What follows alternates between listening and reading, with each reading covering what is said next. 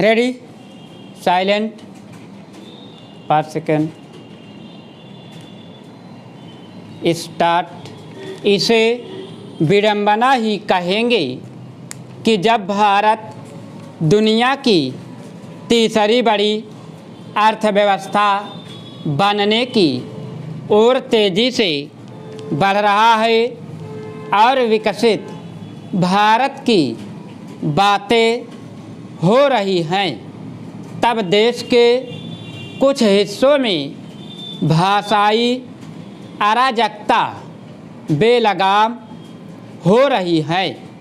मान्यता है कि शिक्षा और समृद्धि के साथ असमानता और संकीर्णता का भाव तिरोहित हो जाता है, लेकिन अपेक्षाकृत समृद्ध और शिक्षित महाराष्ट्र, कर्नाटक और तमिलनाडु में जिस तरह भाषाई असहिष्णुता फैल रही है, उससे यह मान्यता गलत साबित होती दिख रही है।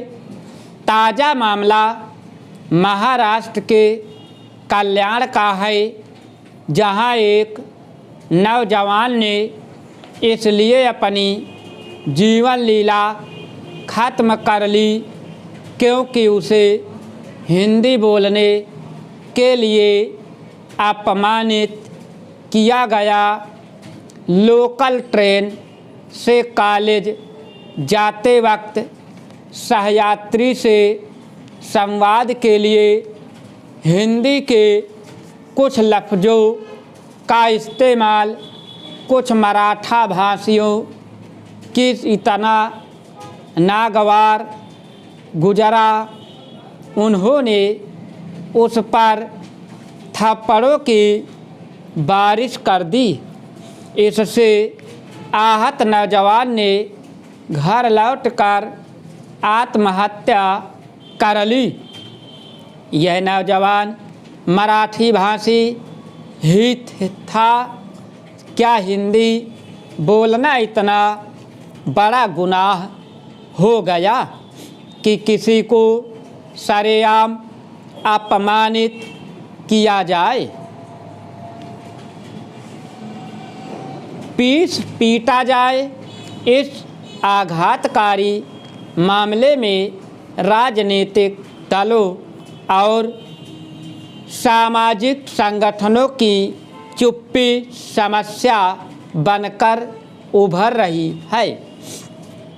ये संगठन भूल जाते हैं कि राष्ट्र को एकता के सूत्र में बांधने की हिंदी की क्षमता जिन लोगों ने पहचानी, उसमें गुजराती भाषी महात्मा गांधी एवं नर्मदा शंकर उपाध्याय, बांग्ला भाषी केशव चंद्र सेन एवं सुभाष चंद्र बोस और मराठा लोकमान्य तिलक जैसे अनेक अहिंदी भाषी थे। इन्होंने हिंदी की राष्ट्रभाषा और राजभाषा बनाने का सपना देखा था।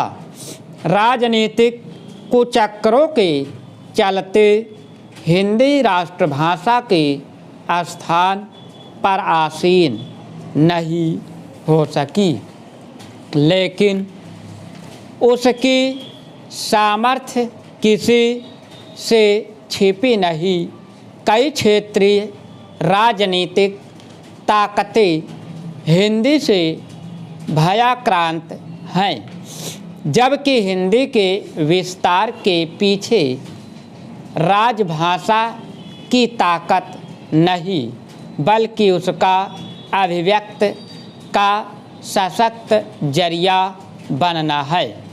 चूँकि हिंदी भारतीय भाषाओं के बीच सहज संवाद की क्षमता से युक्त है, इसलिए संकीर्णता से ग्रस्त क्षेत्रीय सियासी ताकतें उससे डरती हैं।